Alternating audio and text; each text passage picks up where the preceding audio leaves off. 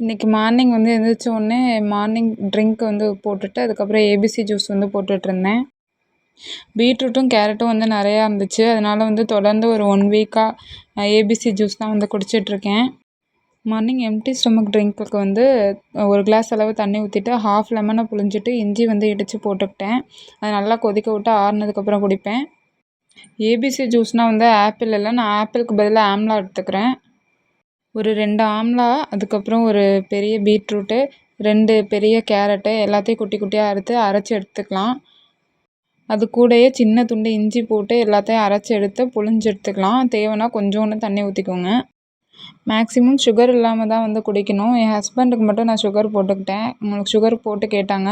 எனக்கு வந்து நான் சுகர் போடாமல் தான் குடித்தேன். ஃபஸ்ட்டு குடிக்கும்போது நல்லாவே இல்லை, அதுக்கப்புறம் குடிக்க குடிக்க பழகிருச்சு. கண்டிப்பாக இந்த ஜூஸை வந்து ஒரு 1 மந்த்தாவது ட்ரை பண்ணி பாருங்கள். கண்டிப்பாக டிஃப்ரெண்ட் தெரியும். நாங்களும் அதை தான் ட்ரை பண்ணிகிட்ருக்கோம்.